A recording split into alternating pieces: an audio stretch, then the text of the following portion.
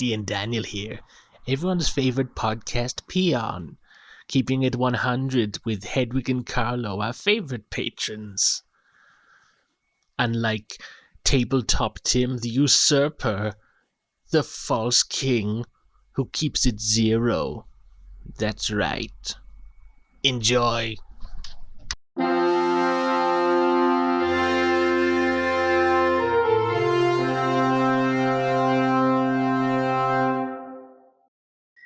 Hello and welcome to the Probably Bad podcast which is definitely bad. I'm Pencil. I'm Paper, and today's Probably Bad RPG idea is: as the PCs sneak into the enemy base, the guards assume the noises they're making are just rats in the wind. They feel very stealthy until they reach the final room and are jumped by the air elementals and were-rats that the base is absolutely infested by. So I really you'd have the sort of trope of, oh, it's nothing to worry about, it's just insert clearly ludicrous cover-up here, and then clearly ludicrous cover-up comes true.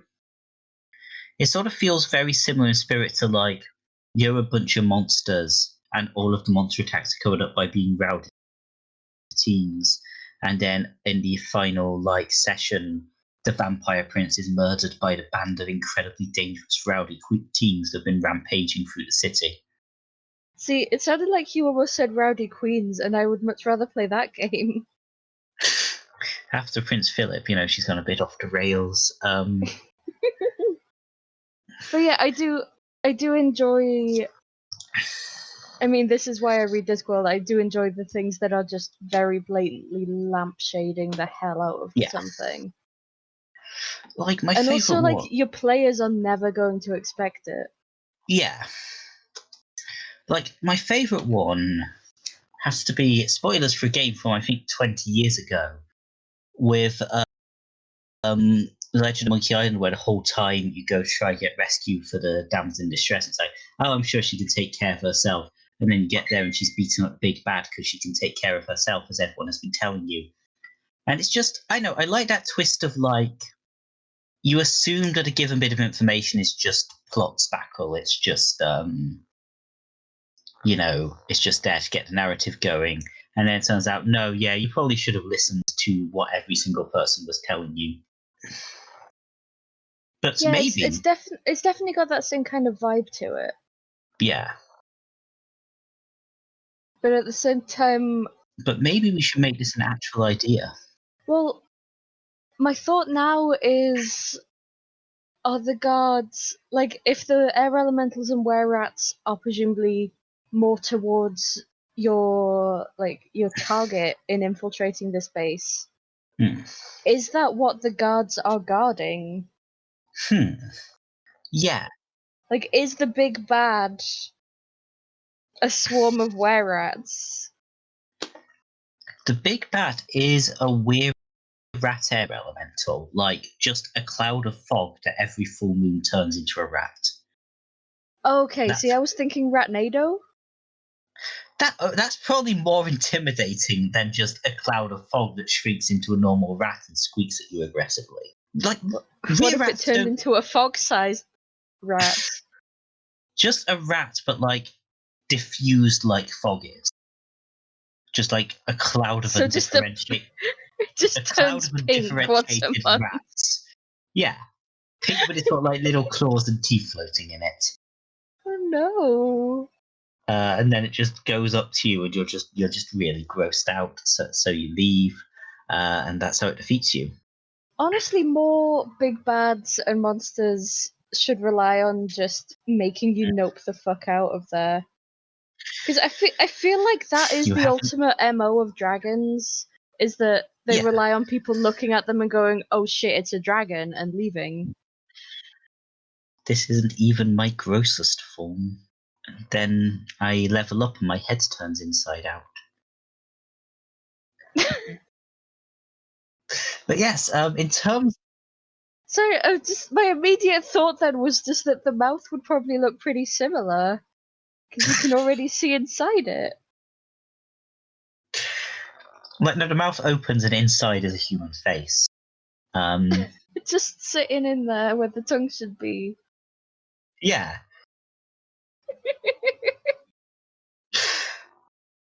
So, for the 3 people who haven't unsubscribed, that's not a thing. We're not a YouTube channel. I don't know what the No, fuck's going on. we have subscribers. That's how. Okay, we don't anymore. But yes, so yeah, I do like the idea of just this place is just full of it's just like a home for rear rats and air elementals, and the guards just don't want you going in there and upsetting them. They're just little friends. In which case, frankly, they are terrible guards. Yeah. Because presumably they're trying to keep people out and were rats and air elementals in. Yeah. So if they're hearing wind and rats moving around by the entrance and in the corridors, something's gone wrong and they should go and investigate. Okay, so maybe what it is you're infiltrating the building, but at the same time the weird rats and air elementals are also infiltrating the building. Why are they infiltrating the building? For the same reason? Or for their own reasons? They've got their own life outside of us. Like, they're little adventurers too. That's adorable. Like, it's just a rat and a tornado wearing, like, adventure hats. And they're coming in to commit crimes. How does a tornado wear a hat, please? Like, you've got the tornado, okay. And we've got the hat floating on the top. But how does it not get sloped inside? Like, it doesn't, is what happens. But the air elemental doesn't want to suck the hat in, so it just, avoids sucking that bit of air. It also... My hat cannot be sucked. It also has a bunch of, stuff floating around in it that form, like, a smiley face. And it also has a gun. Why does it have a gun? That was not an option. Why is that an option? It needs to fight people. I thought tornadoes just fought people by sloping. Like, it's leveled up. It's an adventurer. Level 1, slope. Level 2, gun. Yeah. I don't know, seems OP. Level 3, 2 guns. Level 4, control of the rat. At level 4, you get given a rat, and the rat helps you out. And at level 5, a familiar. And at level 5, the rat also gets a gun. Like a little rat gun. Pulls a trigger with its tail. So yeah, these are the antagonists, rivals, and they're also trying to get in and steal the final bit of treasure. And your players have to, get to the treasure before they do. Okay. If the rats make a good stealth check, do the guards go, "Oh, it's probably just adventurers"? Yeah, it's probably just burglars, is what they say. So there's 2 sets of guards, one of whom can only hear burglars, one of whom can only hear air elementals and weird rats. And one of them can only tell the truth. And yeah, at the end, you have to work together with the air elementals and weird rats to get past them strategically based on which guards can see which set of things. I mean, that's certainly a concept. Yeah. So the whole point of I saw this thing of stealth games are essentially variants on puzzle games. Mm-hmm. It's less actiony thing and more which of these paths do I go down, when do I go this way, and so forth. And I feel like having this kind of, maybe not quite as ridiculous as these guards can only see people in hats, and these guards can't see people if they're living La Vida Loca. But as long as you have different guard patrols and different guards who are skilled at different things, especially with magical things, you're like, okay, at this place the guards have been given see invisibility spells, so you've got to find different ways to get past the different groups of guards. And I feel that's definitely definitely an idea. I will go as far as it is an idea. Because the problem with a lot of stealth in Dungeons and Dragons is essentially it's just you roll a stealth check and and maybe you roll a deception check. And yeah, I think there's definitely like the sort of multi-stage kind of, okay, how do you get past these bunch of fuckers who can only see weir rats? The problem is I need to give the guards less stupid like weaknesses. Or additional stupid weaknesses. These guards can only see movement. Our base Like a is Jurassic guarded. Park T-Rex. Yeah, our base is guarded entirely by Tyrannosaurus Rexes. Like, I mean, to be fair, if you had something like, oh yeah, you investigate like this particular like guard captain is a greedy fucker, so if you bribe him, you might be able to get past him easier. And there's an idea here in my head somewhere. I think I'm creating Shadow of Mordor. Quite possibly. Which means we need a sexy spider. You still there? Yeah, it's just I'd forgotten about sexy Shelob, and I needed a moment. Yeah, I hope you're all enjoying this take that at a game that is, I believe, at least 5 years old.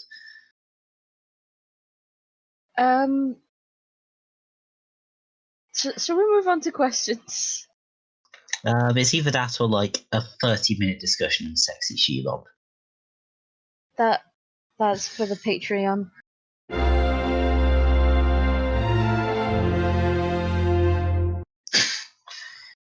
Okay, this is from Sharkrad08222222. Any ideas for the Darrow? So I'm only very vaguely aware of what Darrow are. They're like weird, creepy underground dwarves, right? They're Or like basically more underground than regular dwarves. I mean, they're kind of dark dwarfs as opposed to dark elves. They're sort of weird underground, sad little men who have some so they have some kind of like madness TM powers. You know, in the kind of they're generically Yeah, it's like kind of, yeah. if you become mentally ill enough, you become psionic. We know how That Feyre kind works. of thing. Yeah, basically they're crazy underground dwarves.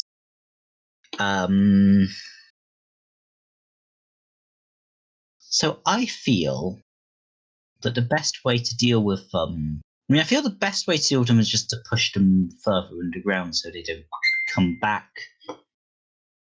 Because Well, have you considered providing them counselling? that's possible. I was thinking more in a sense of like it is a slightly like near concept, but I do like if you go down to provide them therapy, and the whole thing is like everyone's like, oh, they're crazy dwarves, but like you can give them like medication. They also apparently just my idea is deal with the inherent ableism of Dungeons and Dragons by just getting all of the quote unquote mad races and just like giving them space to talk. Yeah. Like maybe Like, bring in some like Nothics as well, and they can just have like a group therapy session. I love this Underdark therapist who is going down there and just like clearly there's very poor mental health services in the Underdark. And you know, we just set up a little like it isn't therapy called the room there. Underhappy Place. That is true. Like it is a miserable little hole. Rather like the UK. I'm not going to debate this. Neat fact, the Darrow refer to the surface as the Overburn, which is quite a cool name for like the surface from the Underdark. Yeah, I mean it makes sense. It is pretty much the opposite of the Underdark as a name. Yeah. They also do experiments to turn people into Darrow. That's less cool. It is less Don't cool. do that. That's a bit of a jerk thing to do. Like, it seems like they're sort of like greys in the sense that they come up and they experiment on people and they mutilate cattle and so forth and so forth. So just give them spaceships, but spaceships with therapists on them. Space therapy. Yeah, you are a space therapist from the moon, and you've come down to Earth. Well, I mean, whatever fictional version of Earth this is. And you are talking to the ableist-like concept in order to treat them. But also you have moon arms. What are moon arms? I was imagining like wacky inflatable tube man arms, but like they're independent and they keep like Oh, trying the to tall like steal things. boys. Yeah, you are a wacky inflatable tube therapist from the moon, and you are going into the underground in your spaceship to give therapy to the Darrow. I'm into it. The spaceship has a little drill on the front, so it can like go into the Underdark. Well, naturally, otherwise it'd be silly. Yeah. There's one thing that we try to avoid on this podcast, that's being silly. Yeah, no, if you think you remember any jokes or anything, you're wrong. Every idea we've put forth is 100% serious. Just because you found it amusing doesn't mean we were joking. Yeah, no, every single thing I say, I stand by 100%. Feel free to take this out of context if you want to cancel me. But yeah, and then in the end, you give all to Darrow little spaceships of their own. I've used the word little a lot.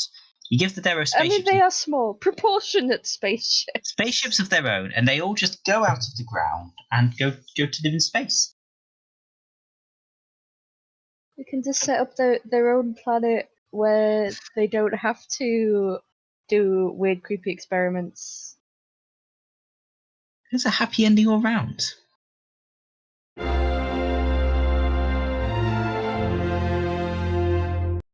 Okay, our next question is anonymous. What are your current characters? I only have one current character because, as I've mentioned before, I suffer from forever DM syndrome. So I'm currently running 3 of the 4 games I'm in. But the character I'm actually playing is one of our homebrew concepts, which is a Sin Eater paladin. Who I love them very much. They're gradually learning to do things like swearing and pranks, while also trying to solve various enormous problems because it's quite high level campaign. I like the idea that like they start off with like very small swears like "oh silly bum," and then it just goes up and up and up until like in the grand finale they call the final big bad Paul. And that is what finally defeats Big Bad. They did their first ever swear telling off I think I can't remember the name of the god now, but a very mean god. I mean, there are some very mean gods. Who they didn't realize at the time was a god, and that seems to have got them a lot of respect from some of the NPCs. But that is my only character. Their name is Nessie, and I love them. It's short for cleanliness because they're a tiefling. I currently have 0 characters. Apart from in one of the games that I mentioned that I'm running. Oh yeah, I might be in that game. You have a character in that. Fuck, I do. Yes. Time is like I left a bunch of my games because and I forgot that I'm actually still in one. Yes, my one character is I forgot their name and every single fact about them, The game hasn't started yet, but they're a criminal, and they have stolen a powerful magic artifact, and they have no idea it's a powerful magic artifact. All they know is everyone is tracking them down to kill them. They have mod. Was it Mod Parchment? The evil alternate version. Mod Pen. So they have Mod Pen, who you may remember is my evil twin and arch nemesis from Tumblr, as one of their goons. They also have Steve, who, as you may remember, is my other arch nemesis. It's just the name that you always pick on. Steve is my arch nemesis, and Steve's in our fandom, come fight me IRL. Yeah, I think you mentioned that they're also. I think she's also a fence. Yes. Because, yeah, it's a Monster of the Week game set in York, and Pencil immediately went for I am the crooked and I stole something spooky. It is the only acceptable backstory.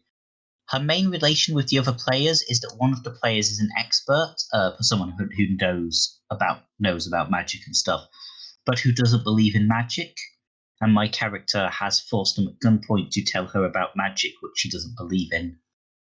It's going to go badly. I'm very excited for this game to start. We will start playing it on the day this episode goes out. Actually, I think one of the characters knows the other characters mostly through being their hairdresser. It's just we're all hairdressed by this one person. Which, I mean, there are worse ways to get an adventuring party together. I mean, it's something other than you all meet in a pub. Is you all meet in a hair salon? Yeah. Who says I can't come up with creative ways to bring characters together? I still feel the most creative way is trapped in an elevator together. I'm pretty sure we've done this question, but I'm willing to do it again if someone asks. I can come up with even worse ones.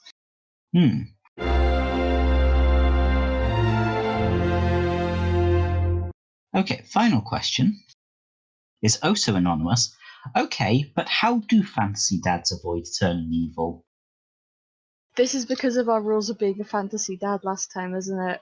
Well, I mean, it'd be a pretty big coincidence if not. Yeah, rule 2 is don't turn evil. I feel like the impetus for most of them to turn evil is like the death of their spouse, normally in some particularly tragic way. So have you considered just getting divorced early on? Like, be a single Only fantasy marry dad. immortal people. Make your wife a lich. I feel like that may be drifting towards the evil territory. Make your wife a nice lich. But what if then you go mad with power and your wife has to take you down in a tragic twist? Then the space therapist comes in to help. So, yeah, what you need to do, so it's almost always, oh no, my wife has turned evil, or, oh no, I was always evil. So don't be evil. That's step 1 of not turning evil. Don't do that. And then, make your wife. It's always your wife. Maybe be gay. You never hear anyone turning evil because, their husband was tragically killed by orcs. That's true. The rules of narrative are very heteronormative, and you can avoid most of them by being gay. Yeah, be gay. There are then different narrative problems, but you don't tend to turn evil after the gays get buried. Yeah. Unless you're Willow from Buffy. Don't be Willow from Buffy. Both for this reason. But Willow from Buffy isn't a dad. True. For several reasons. Don't be written by Joss Whedon. I mean, that's just good life advice. Yeah. Just be gay. Be gay, obey laws. We never said they have to be lawful. True. They could be chaotic. Be gay, Robin Hood. Yeah. What you need to do, become gay Robin Hood, and then you and your child go on a father, probably son, I'm afraid, father-son adventure while you go fight the Sheriff of Nottingham. Actually, that one you might be killed by the Sheriff of Nottingham. I mean, Okay. I am just thinking like be gay, not bidet, be gay, do crimes. Does seem like a good way to avoid it though, because then you also avoid the whole like Frollo thing of like, Yeah. oh, there's these rules I have to obey, but also I'm horny. Just go fuck. But don't get married, because then your spouse will die and you'll turn evil. Yeah. Have a lot of no strings attached. While committing crimes. Maybe actually, and then you won't turn evil. you know what else? You know what generally does stop you turning evil? What?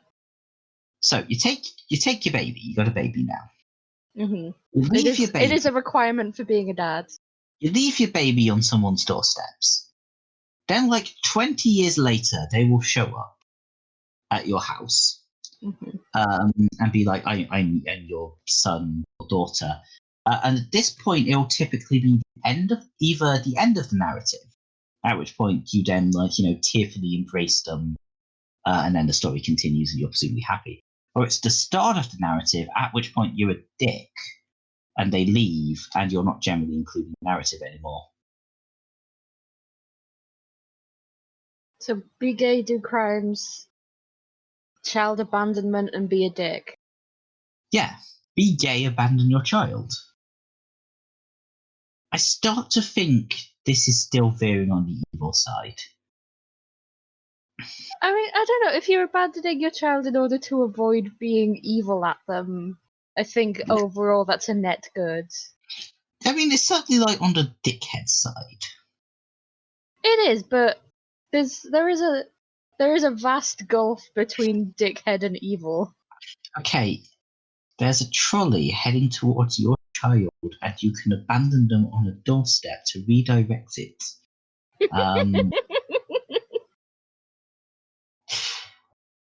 Yeah, okay, so final thing is to sit down and study moral philosophy in extensive detail to determine what precisely is good and evil.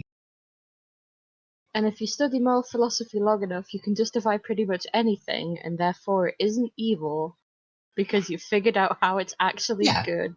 As you stab your child... Good and evil are the same, actually. I am very intelligent. As you stab your child, explain why, under a particularly esoteric interpretation of classical virtue ethics, this is actually what a fully virtuous person would do. Write a very long thesis on antinatalism, and then murder your child to prove your point. Yeah, like, if life is inherently bad, stab your kids. And on that note,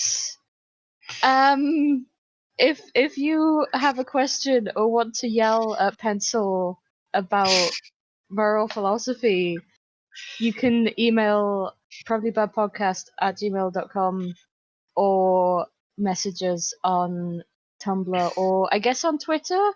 I keep forgetting to mention that we have a Twitter. It's just Bad Probably, and yeah, that's the one that Pencil tends to be active on more than me.